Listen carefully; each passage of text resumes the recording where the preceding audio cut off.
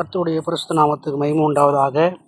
ஆண்டவரும் இரட்சகரும் ஆகிய இயேசு கிறிஸ்துவின் அன்பின் நாமத்தினாலே என் வாழ்த்துக்களை தெரிவித்துக் கொள்கின்றேன். இன்றைய வேத வாக்கு கலாத்தியர் 6 அதிகாரம் 10வது வசனம்.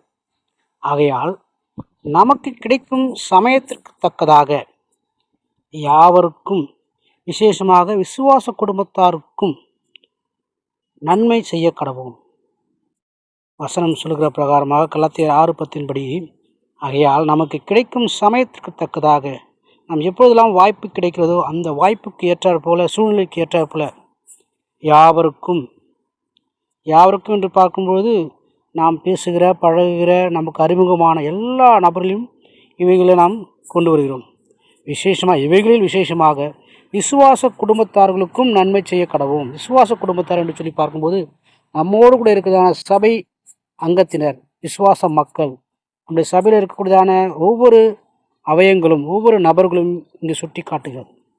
ஒரு கிறிஸ்துவன் தன் நேரத்தையும் சுகத்தையும் பாராமல் மற்றவர்களுக்கு நன்மையான உதவிகளை செய்ய தயாராக இருக்க வேண்டும். ஒரு கிறிஸ்துவன் நேரம் காலம் பார்க்காமல், சூழ்நிலை பார்க்காமல், நமக்கு நன்மை செய்ய திராணி இருக்கும்போது அதை செய்யத்தக்கவர்களுக்கு தாராளமாக செய்ய அவன் தயாராக இருக்க வேண்டும். தன் சகோதரருக்காக தன் ஜீவனையும் தத்தம் செய்ய தயாராக இருக்க வேண்டும். இவ்விதம் ஊழியம் செய்யத்தக்க சந்தர்ப்பத்தை ஒவ்வொரு நாளும் எதிர்பார்த்து கொண்டே இருக்க வேண்டும். ஊழியம் செய்வதற்கு, மற்றவர்களுக்கு சுவிசேஷத்தை அறிவிப்பதற்கு, நன்மை செய்வதற்கு கால நேரங்களை, சந்தர்ப்பங்களை நாம் எதிர்பார்த்து கொண்டே இருக்கிறோம். எப்பொழுது வாய்ப்பு கிடைக்கும் என்று நாம் எதிர்பார்த்து கொண்டே இருக்க வேண்டும். வசனம் சொல்கிற பிரகாரமாக, சமயம் வாய்த்தாலும் வாய்க்காவிட்டாலும் திருவசனத்தை போதிக்க, மற்றவர்களுக்கு அறிவிக்க, இயேசு கிறிஸ்துவை பிரசங்கிக்க, இயேசு கிறிஸ்துவை சாட்சி பகர நாம் ஆயத்தமுள்ளவர்களாக இருக்க வேண்டும்.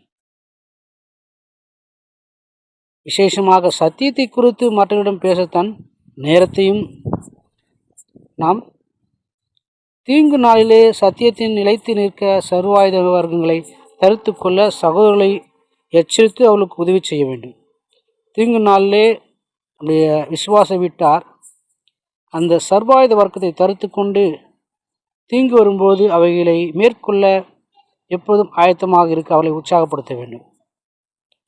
உற்சாகப்படுத்தி அவர்களுக்கு நாம் உதவி செய்ய வேண்டும். புத்திர காலத்தில் விசுவாச வீட்டாரை ஸ்திரப்படுத்துவதே இவர்கள் முக்கிய ஊழியமாக காணப்பட வேண்டும். நம்முடைய முக்கிய ஊழியம், நம்முடைய முக்கிய வேலையானது விசுவாச வீட்டார் தீங்கு நாட்களிலே, உபத்திர காலங்களிலே, கஷ்டப்படுகிற நேரங்களிலே சோர்ந்து போகாதபடிக்கு நமக்கு கொடுக்கப்பட்டதான கிருபைகளை, நமக்கு கொடுக்கப்பட்டதான சர்வாயுத வர்க்கங்களை, வசனங்களை, வாக்குத்தத்த வசனங்களை எடுத்துக்கொண்டு நாம் அவைகளிலே போராடி மேற்கொள்ள நாம் பலனுள்ளதாக இருக்க வேண்டும். பரிசுத்த ஆவியானுடைய துணையோடு கூட, பலத்தோடு கூட நாம் தயாராக இருக்க வேண்டும். ஆதார வசனங்களாக பார்க்கும்பொழுது 1 தெசலோனிக்கேயர் 5 அதிகாரம் 14-15 வசனங்கள் இப்படியாக சொல்லுகிறது. 1 தெசலோனிக்கேயர் 5 அதிகாரம் 14-15 வசனங்கள், மேலும் சகோதரரே, நாங்கள் உங்களுக்கு போதிக்கிறது என்னவென்றால், ஒழுங்கில்லாதவர்களுக்கு புத்தி சொல்லுங்கள், திறனற்றவர்களை தேற்றுங்கள், பலவினரை தாங்குங்கள், எல்லாரிடத்திலும் நீடிய சாந்தமாயிருங்கள், ஒருவனும் மற்றொருவன் செய்யும் தீமைக்கு தீமை செய்யாதபடிக்கு பாருங்கள், உங்களுக்குள்ளும் மற்ற யாவருக்குள்ளும் எப்பொழுதும் நன்மை செய்ய நாடுங்கள் என்று வசனம் சொல்கிறது. நாம் நம்முடைய சகோதரர்கள் மாத்திரமல்ல, யாவரிடத்திலும் நாம் அன்புள்ளவர்களாக இருக்க வேண்டும்.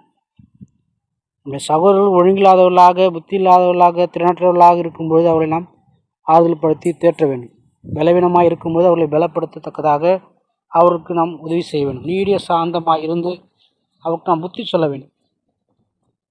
மற்றவர்கள் செய்யும் தீமைக்கு தீமை செய்யாதபடிக்கு அவர்களுக்கு நாம் எப்பொழுதும் எல்லாவற்றிலும் நன்மை செய்யக்கூடியவர்களாக நாம் காணப்பட வேண்டும் என்று வசனம் சொல்கிறது. எனவே நமக்கு கொடுக்கப்பட்டதான அந்த கிறிஸ்துவை நாம் மற்றவர்களுக்கு பிரசங்கிக்க, எடுத்துக்காட்ட, சாட்சி பகர, நன்மையான எல்லாவற்றையும் அவர்களுக்கு பகிர்ந்து கொடுக்க சமயம் நாம் எதிர்பார்த்து கொண்டே இருக்க வேண்டும். சமயம் கிடைக்கும்போது, வாய்ப்பு கிடைக்கும்போது அதை நாம் தாமதிக்காமல் சரியாய் செய்வோம் என்று சொன்னால் நிச்சயமாகவே கிறிஸ்து நம்மிலே மகிமைப்படுவார், கிறிஸ்து நம்மிலே சந்தோஷப்படுவார். அதனாலே கிறிஸ்துவுக்காக நாம் சமயத்தை எதிர்பார்த்து கொண்டிருப்போம். கிறிஸ்துவின் அன்பை பகிர்வதற்காக நம் சமயத்தை எதிர்பார்த்து கொண்டிருப்போம். கர்த்தர் நமக்கு உதவி செய்வாராக. ஆமென். God bless you.